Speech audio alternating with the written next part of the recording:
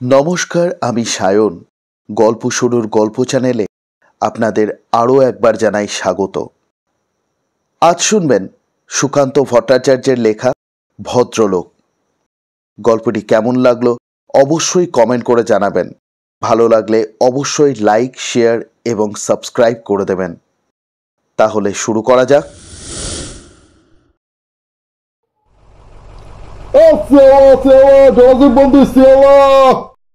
তীব্র কণ্ঠে বার কয়েক চিৎকার করেই সুরেন ঘন্টি দিল ঠন ঠন করে। বাইরে এবং ভেতরে ঝুলন্ত এবং অনন্ত যাত্রী নিয়ে বাসখানা সুরেনের যা যা যা ঠিক হ্যাঁ ঠিক হ্যাঁ চিৎকার শুনেই অনিচ্ছুক ও অসুস্থা নারীর মতো গোঙাতে গোঙাতে অগ্রসর হলো। একটানা অস্বস্তিকর আওয়াজ ছড়াতে লাগলো। টিকিট বাবু, টিকিট আপনাদের। অপরূপ কৌশলের সঙ্গে সেই নিশ্চিত্র ভিড়ের মধ্যে দিয়ে সুরেন প্রত্যেকের পয়সা আদায় করে বেড়াতে লাগলো।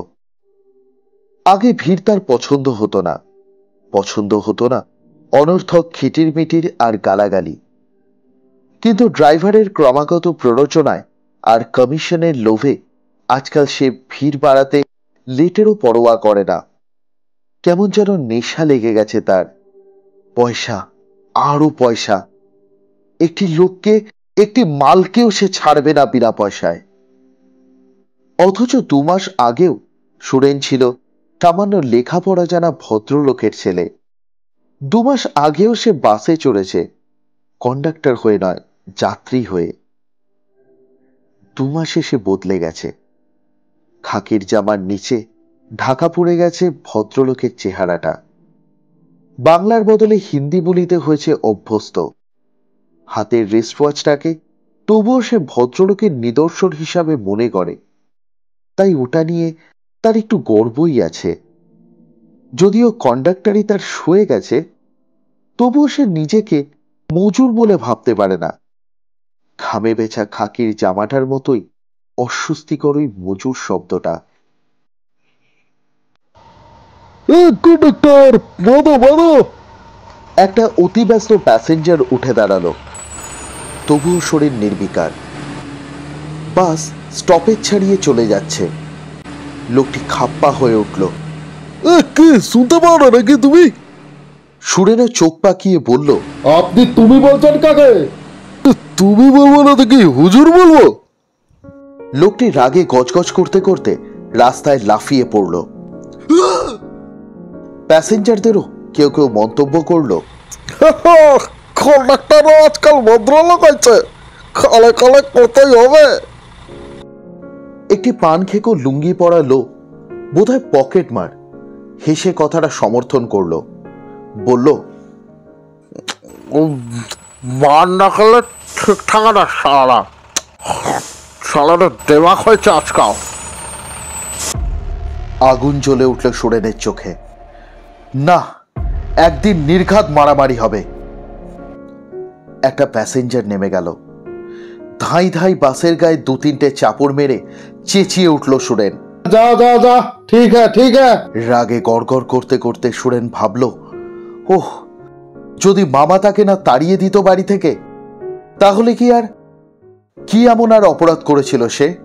ভাড়াটেদের মেয়ে গৌরীর সঙ্গে প্রেম করা কি গোমাংস খাওয়ার মতন অপরাধ? 19 বছর বয়সে 3rd ক্লাসে উঠে প্রেম করে না কোন মহাপুরুষ? কি বাচ্চা! ড্রাইভারের সঙ্গে সুরেনও চেঁচিয়ে উঠল। একটুর জন্য চাপা পড়ার হাত থেকে বেঁচে গেল লোকটা। আবার ঘন্টি দিয়ে সুরেন চেঁচিয়ে উঠল, যা যা যা ঠিক হ্যাঁ ঠিক হ্যাঁ। লোকটার ভাগ্যের তারিফ করতে লাগলো সমস্ত প্যাসেঞ্জার। সুরেনকে কিছুতেই মদ খাওয়াতে পারল না রামচরণ ড্রাইভার। সুরেন বোধহয় এখনো আবার ভদ্রলোক হওয়ার আশা রাখে। এখনো তার কাছে কুৎসিত মনে হয় রামচরণের ইঙ্গিতগুলো। বিশেষ করে বিভৎস লাগে রাত্রিবেলার অনুরোধ। ওরা কত করে গুণ ব্যাখ্যা করে মদের। বাইরে বাংলা টানলে কি দিনভর কেমন গাড়ি টানা যায়? তুই খেয়ে থেকে সারাদিন কত ফুর্তিতে কাজ করতে পারবি, তাই নয়? কি বলো পারি? পাড়েজি ড্রাইভার মাথা নেড়ে রামচরণের কথা সমর্থন করে। অনুরোধ করে করে নিষ্ফল হয়ে শেষে রামচরণ রুখে উঠে ভেঙচি কেটে বলে, শালা আমার ঠাকুর গুরু হয়েছেন। সুরেন মৃদু হেসে সিগারেট বার করে। যথারীতি সেদিনও জোড়ামন্দির জোড়ামন্দির বলে হাঁকার পর গাড়ি ছেড়ে দিল। শব্দ করতে করতে একটা স্টপেজে এসে থামতেই সুরেন চেঁচিয়ে উঠল, জলদি করুন বাবু, জলদি করুন। এক ভদ্রলোক উঠলেন স্ত্রী, ছেলে মেয়ে ইত্যাদি নিয়ে। সুরেন অভ্যাস মতো লেডিস সিট ছেড়ে দিন আপনারা বলেই আগন্তুকদের দিকে চেয়ে চমকে উঠল। এ কি, এরা যে তার মামার বাড়ির ভাড়াটেরা! গৌরীও রয়েছে এদের সঙ্গে। সুরেনের বুকের ভেতরটা ধক ধক কাঁপতে লাগলো বাসের ইঞ্জিনটার মতো। ভাড়াটে বাবু সুরেনকে এক নজর দেখে নিলেন। তার বাচ্চা ছেলে মেয়ে দুটো হইচই বাঁধিয়ে দিল।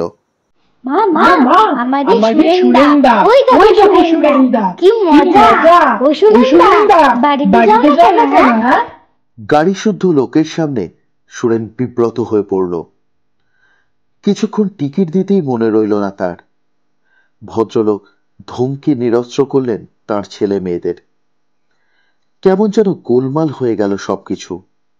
বন্ধ হয়ে গেল সুরেনের হাঁক ডাক। একবার আর চোখে তাকালো সে গৌরীর দিকে। সে তখন রাস্তার দিকে মুখ ফিরিয়ে বসে আছে। আস্তে আস্তে সে বাকি টিকিটের দামগুলো সংগ্রহ করতে লাগলো। বাসের একটানা শব্দকে তার নিচের বুকের আর্তনাদ বলে মনে হলো। কন্ডাক্টরের দুঃসহ গ্লানি ঘাম হয়ে ফুটে বেরোলো তার কপালে। গৌরীর বিমুখ ভাব সুরেনের শিরায় শিরায় বইয়ে দিল তুষারের ঝড়। দ্রুত, অত্যন্ত দ্রুত মনে হলো বাসের ঝাঁকুনি দেওয়া গতি। বহুদিনের রক্তজল করা পরিশ্রম আর আশা চূড়ান্ত বিন্দুতে এসে কাঁপতে লাগলো স্পিডোমিটারের মতো। একটু চাহনি, একটু পলক ফেলা আশ্বাস, এরই জন্য সে কাঁধে তুলে নিয়েছিল কন্ডাক্টরের ব্যাগ। কিন্তু আজ মনে হলো বাসের সবাই তার দিকে চেয়ে আছে, সবাই মৃদু মৃদু হাসছে, এমনকি গৌরীর বাবাও। ছুঁড়ে ফেলে দিতে ইচ্ছা হলো সুরেনের টাকা কড়ি শুদ্ধ কাঁধে ঝোলানো ব্যাগটা। ওরা নেমে যেতেই দীর্ঘশ্বাসের সঙ্গে ঘন্টি মেরে দুর্বল স্বরে হাঁকল, যাও যাও যাও। কিন্তু ঠিক হ্যাঁ সে বলতে পারল না। কেবল বারবার তার মনে হতে লাগলো, নেহি, ঠিক নেহি হ্যাঁ। সেদিন রাত্রে সুরেন মদ খেল, প্রচুর মদ। তারপর রামশরণকে অনুসরণ করল। যাত্রীদের গন্তব্যস্থলে পৌঁছে দেওয়াই রামচরণের কাজ। সে আজ সুরেনকে পৌঁছে দিল শৌখিন ভদ্র সমাজ থেকে খা খাওয়া ছোট লোকের সমাজে। শুনছিলেন সুকান্ত ভট্টাচার্যের লেখা ভদ্রলোক। গল্প পাঠে এবং গল্পের অন্যান্য চরিত্রে আমি সায়ন। বাচ্চাদের চরিত্রে অনুশ্রী সেন। তাহলে আজ এই পর্যন্তই। গল্প শুরুর গল্প চ্যানেলে আরও একবার দেখা হবে অন্য একটি গল্পের সাথে। নমস্কার।